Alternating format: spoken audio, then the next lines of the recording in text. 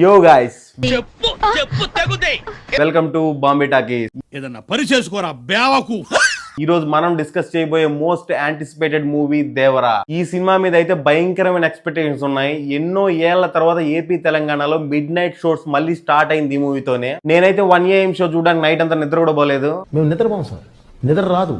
హైదరాబాద్ లో అయితే టికెట్ ముక్క కూడా దొరకట్లేదు ఈ సినిమాకి ప్రీ బుకింగ్స్. మరి ఈ రోజు డిస్కస్ చేద్దాం ఈ మూవీ ఎంత వరకు ఎక్స్పెక్టేషన్స్ రీచ్ అయిందో. టాపిక్ లోకి వెళ్లే ముందు ఎవరైనా ఈ ఛానల్ సబ్స్క్రైబ్ చేయకపోతే please subscribe and give a like. ఇక కథ విషయానికి వస్తే, నితి అనే ఒక స్మగ్లర్ ని పట్టుకోవడానికి పోలీస్ టీం చాలా ట్రై చేస్తూ ఉంటుంది. వాళ్ళ ఇన్వెస్టిగేషన్ లో భాగంగానే వాళ్ళు సైఫ్ అలీ ఖాన్ ని కలుస్తారు. తమని తాము స్మగ్లర్స్ గా చెప్పుకుని సైఫ్ అలీ ఖాన్ ని కలిసి తన షిప్ లో ఉన్న ఒక కంటైనర్ ని ఎవరికి తెలియకుండా సముద్రం దాటించాలని అడుగుతారు. దానికి ఎంతైనా డబ్బు ఇస్తామని చెప్తారు. ఎందుకు సైఫ్ అలీ ఖాన్ అంటే బైరా ఎందుకు ఈ పనికి ఒప్పుకోలేదు, ఎందుకు తను సంకోచిస్తున్నాడు అని పోలీస్ టీం ఆలోచిస్తూ ఉంటుంది. ఈ టైంలోనే వాళ్ళకి ప్రకాష్ రాజ్ పరిచయం అవుతాడు. ఇక ప్రకాష్ రాజ్ ఒక కథ చెప్పడం మొదలెడతాడు. ఆ కథ ఏంటి, ఆ కథ ఎవరి గురించి, ఎందుకని బైరా అంత భయపడుతున్నాడు, బైరాకి దేవరికి ఉన్న వైరం ఏంటి, సముద్రానికి దేవర ఎందుకు కాపలా కాస్తున్నాడు, ఇలాంటి విషయాలన్నీ మనం మూవీలో చూసి తెలుసుకోవాల్సిందే. ఇక విశ్లేషణ విషయానికి వస్తే, సినిమా ఫస్ట్ హాఫ్ స్టార్టింగ్ నుంచి ఇంటర్వెల్ వరకు ఫ్యాన్స్ కు పూనకాలు తెప్పించాడు అంతే.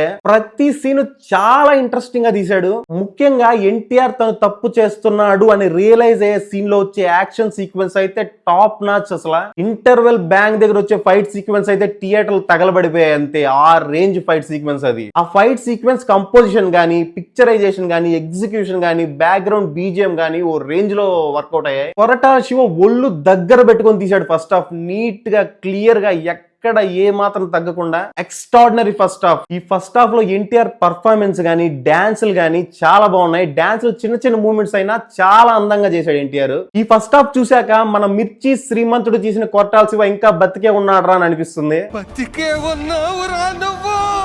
ఫస్ట్ హాఫ్ అయితే నేను కంప్లీట్లీ సాటిస్ఫైడ్ యాజ్ ఏ ఆడియన్. ఇక సెకండ్ హాఫ్ విషయానికి వస్తే, సినిమాకి ఎప్పుడు గానీ ఫస్ట్ హాఫ్ కంటే సెకండ్ హాఫ్ చాలా ఇంపార్టెంట్. ఎందుకు అనే విషయం మనం చివరిలో మాట్లాడుకుందాం. ఎక్స్ట్రాడినరీ ఫస్ట్ హాఫ్ తర్వాత ఏ ఆడియన్ అయినా సెకండ్ హాఫ్ ని ఓ రేంజ్ లో ఎక్స్పెక్ట్ చేస్తాడు. మిర్చి శ్రీమంతుడు తీసిన కొరటాల శివ బతికే ఉన్నాడు అని ఆనందించే లోపే ఆచార్య తీసిన కొరటాల శివ కూడా బతికే ఉన్నాడు అని ప్రూవ్ చేశాడు.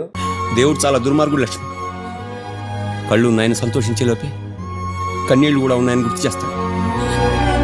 ఈ సెకండ్ హాఫ్ లో స్క్రీన్ ప్లే కూడా సీన్ కి సంబంధం లేకుండా ఉంటుంది. అసలు ఏం చెప్పాలని ట్రై చేస్తున్నాడు అని ఆడియన్స్ కూడా కన్ఫ్యూజ్ అవుతారు. దేవర కొడుకు వర అంటే చిన్న ఎన్టీఆర్ అనుకుందాం. ఆ చిన్న ఎన్టీఆర్ ని ఒక అమాయకుల్లాగా ప్రెజెంట్ చేస్తాడు ఒక సీన్ లో. వెంటనే నెక్స్ట్ సీన్ లో ఒక సాలిడ్ ఫైట్ సీన్ పెడతాడు ఆయనకి. మళ్ళీ దానికి మత్తిచ్చి కొట్టాడు అని ఒక జస్టిఫికేషన్ ఇస్తాడు. అని ఆ ఫైట్ లో హీరో కొట్టిన విధానాన్ని చూసి ఆడియన్స్ చిన్న ఎన్టీఆర్ అమాయకుడు అన్న పాయింట్ నుంచి డిస్కనెక్ట్ అయిపోతాడు. మళ్ళీ ఆ సీన్ కి ఎంత జస్టిఫికేషన్ ఇచ్చినా, ఎన్ని కవరప్స్ ఇచ్చినా ఎన్టీఆర్ అమాయకుడు అన్న పాయింట్ కి మళ్ళీ ఆడియన్స్ కనెక్ట్ కాలేడు. అక్కడే సగం సినిమా ఫెయిల్ అయింది. ఇక జాహ్నవి కపూర్ రోల్ అయితే ఏదో హీరోయిన్ ఉండాలి అని పెట్టుకున్నట్టు ఉంటుంది. ఒక సాంగ్ కు మాత్రమే పరిచయం చేశారు ఆమె క్యారెక్టర్ ని. హీరో దేవరకి విలన్ బైరాకి మధ్య ఉన్న రివాల్వరీకి ఒక ప్రాపర్ రీజన్ ఉండదు.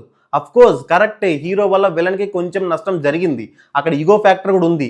కానీ అది మరీ 12 ఏళ్ళు అతని కోసం వెయిట్ చేసి పగ పెంచుకునే అంత రీజన్ అయితే కాదు. విలన్ మాత్రమే కాకుండా అసలు దేవర అంటే ఎవరు ఏంటి అని తెలియని మనుషులు కూడా దేవర మీద భయంకరమైన ప్రతీకారం పెంచుకుంటారు. దానికి కూడా ఏదో విలన్ వాళ్ళకి నూరి పోసాడని జస్టిఫికేషన్ ఇచ్చుకున్నప్పటికీ అది కూడా కన్విన్సింగ్ గా అనిపించదు. ఇలా అస్తవ్యస్తంగా సాగిపోతున్న సెకండ్ హాఫ్ లో ప్రీ క్లైమాక్స్ లో ఒక ట్విస్ట్ రివీల్ చేస్తాడు. ఆ ట్విస్ట్ కూడా సర్ప్రైజింగ్ ఏం అనిపించదు. ఎందుకంటే స్టోరీ ప్రెడిక్టబుల్ గా ఉంటుంది సెకండ్ హాఫ్ లో. సో ఈజీగా చెప్పేయచ్చు ఆ ట్విస్ట్ ఏంటని. అండ్ సినిమా ఎండింగ్ ఒక సస్పెన్స్ తో వదిలేద్దాం అనుకున్న డైరెక్టర్, కానీ ఆ సస్పెన్స్ కూడా ఏ మాత్రం క్యూరియాసిటీ పెంచేలా ఉండదు. ఈ సినిమాకి అయితే సెకండ్ హాఫ్ నిజంగా చాలా పెద్ద మైనస్. అసలు ఫస్ట్ హాఫ్ ఒకటి తీసాడు, సెకండ్ హాఫ్ ఇంకొకటి తీసాడేమో అనిపిస్తుంది.